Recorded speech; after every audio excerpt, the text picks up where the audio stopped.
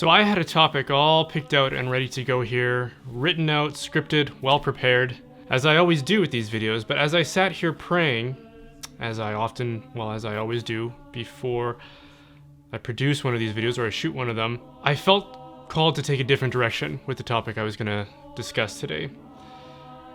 So, in the interest of trying to be true to that prompting and to what I think motivates the reasons why I make these videos, I'm going to try and follow that and see what happens. This could go really badly wrong, or maybe it'll be a really good thing. Maybe it's much better than what I could have conceived and planned myself. So let's see how it goes.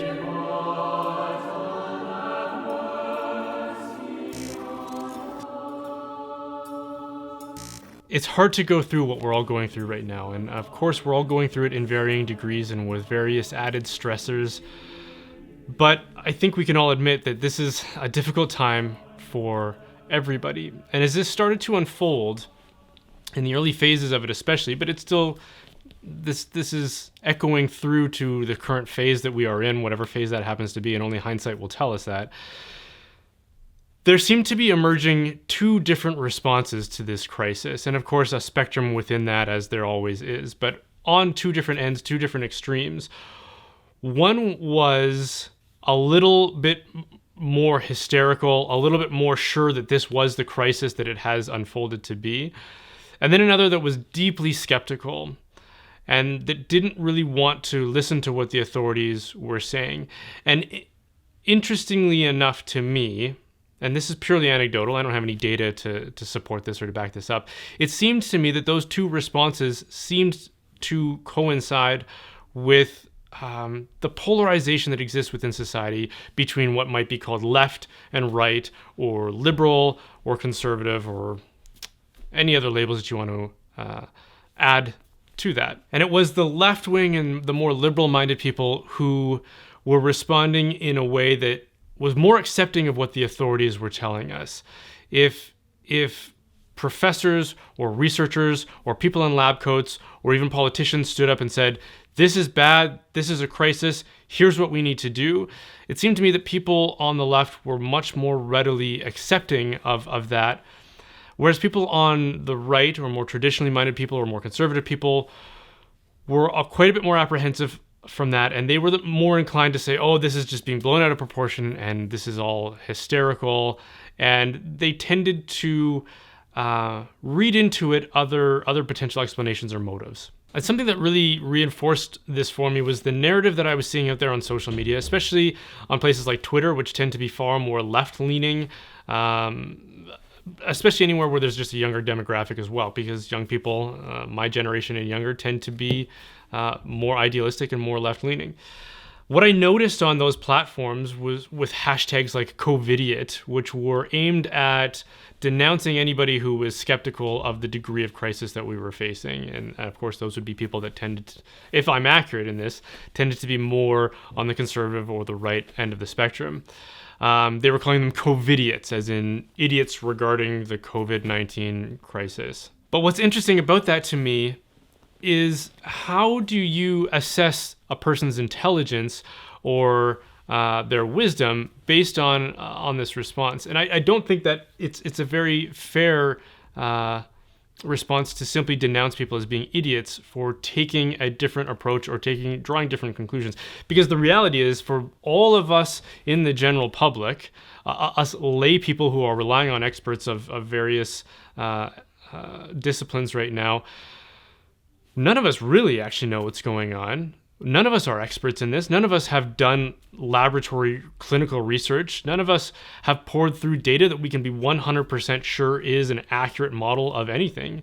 All of this is coming to us from various sources and various authorities.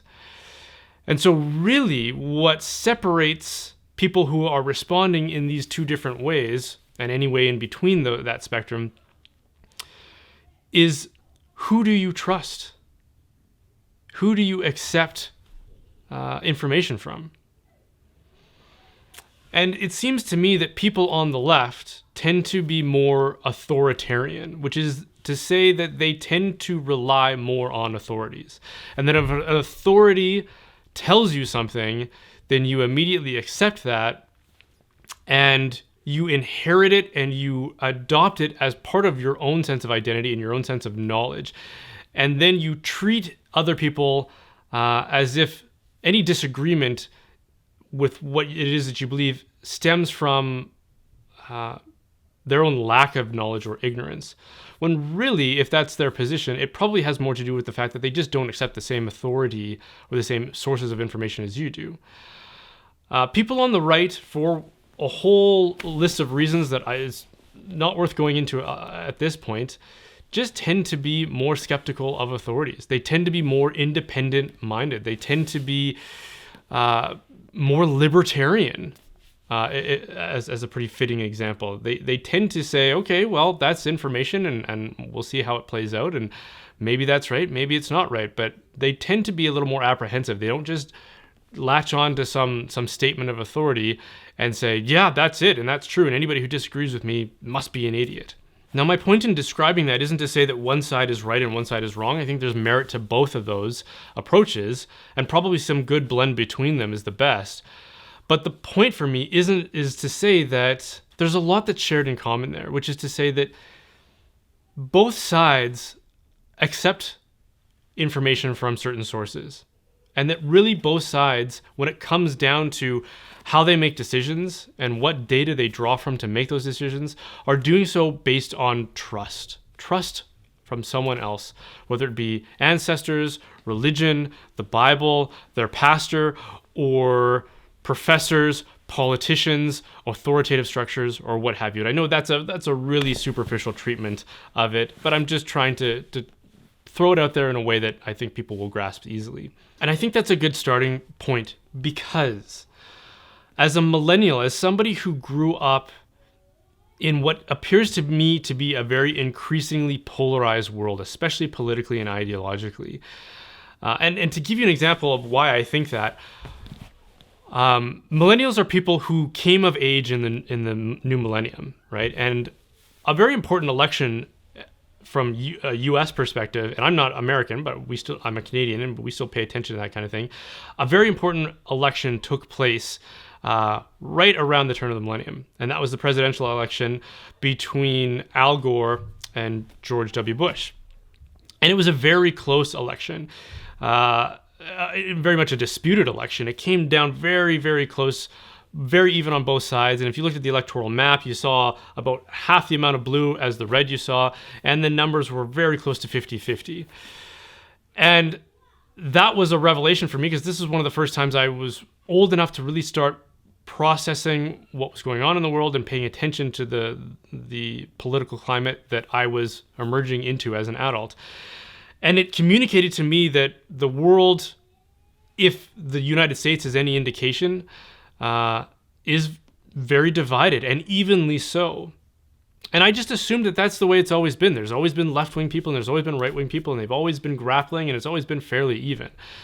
I remember at one point, though, just learning about previous elections in the U.S., and I remember looking at the Reagan election specifically. Of course, Ronald Reagan was the Republican candidate, and this wasn't that long ago. This was back in the 80s, when, of course, I was still alive, but not old enough to understand what was going on.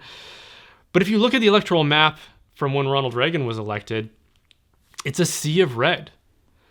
And I was shocked to see that, because I had just assumed that it had always been very much like what we saw with recent elections, where it's the same states were always blue and the same states were always red, and then there's a couple swing states to tip it one way or the other. And that reinforced this idea for me that things are increasingly becoming more and more polarized. That there were times when people could agree on something, and it wasn't just about drawing our line in the sand based on the categories that we're all familiar with between conservative and liberal or left or right or whatever we happen to favor. And now, in the age of social media, where we are confronting each other in very unhealthy ways, as far as I'm concerned, that polarization seems to not only be becoming more significant and more amplified, but it also seems to be nastier than it was before. Like, there's a lot more animosity and even hatred between these two warring factions within the general public. And if you're a student of history, it's not hard to imagine where this increasing hostility might lead us. It doesn't take much for our way of life and for the good that we have and the good that we have to be grateful for, which so many of us do, whether we recognize it or not, is quite fragile. And this crisis that we're going through right now really does reinforce that fact. There's a lot that is beyond our control. And so, like I said, if this increasing cancer within society, within humanity, was allowed to just go on unchecked, it probably would have led to something quite catastrophic. Something like what we saw in the 20th century, 2 devastating world wars, which had very little reason for the original instigation of it, which was what led up to World War I. And the consequence of this is that it seems that we've all forgotten our humanity, at least the humanity of whoever it is that we can perceive as the other side, whoever's on the other side of that fence or the line in the sand or however we want to call it. It's much more difficult to appreciate what it is that we share in common with those other people, those people that we perceive as antagonists or of opponents of our agenda or our truth or our ethnicity or our identity or whatever way we want to divide things up. But now we are looking down the barrel of a loaded gun together, and we are all going to suffer alike. Sure, the wealthier and the elite are always going to suffer less or at least get access to the best opportunities to suffer less than the rest of us. But the general public doesn't need to be so polarized. We, the middle class and the varying degrees of prosperity and wealth that sort of orbit around the middle class, we're all going to suffer quite a bit through this whole thing. And that should teach us something. I hope, this is my hope for the good that may come from this, is that we will all come away from this recognizing that we are all susceptible to the same fate. We're all susceptible to suffer the same way. And that should teach us that we all share something deeply in common, which is our humanity. It should teach us that we have far more in common than what divides us, especially if what divides us is something as superficial and as stupid as politics. And I hope that we can survey reality and what is true and our experiences and the things that we used to get hung up on and say, man, that was stupid. That really, in the context of what we're going through right now, so much of that just does not matter. And so much of that is just so boring, so utterly boring.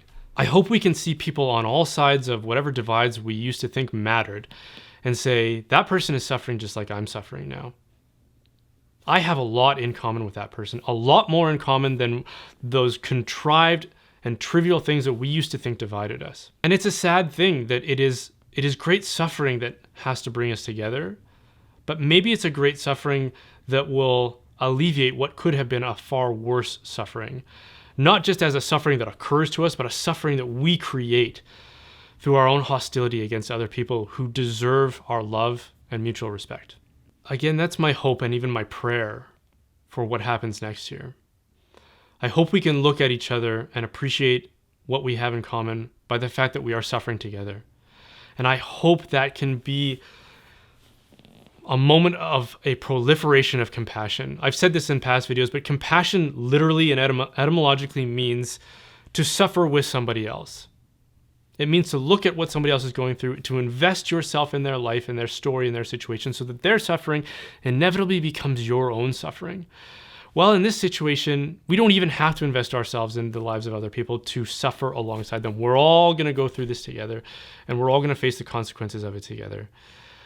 And hopefully, this will be a test that we will pass. It will be a test in which we will all look at each other and appreciate it doesn't matter what ethnicity it is. It doesn't matter what ethnicity you are. It doesn't matter what background you have. It doesn't matter what wealth, class, or margin or salary segment you are in. It doesn't matter what your political beliefs are. We are all human beings and we are all going to suffer through this together.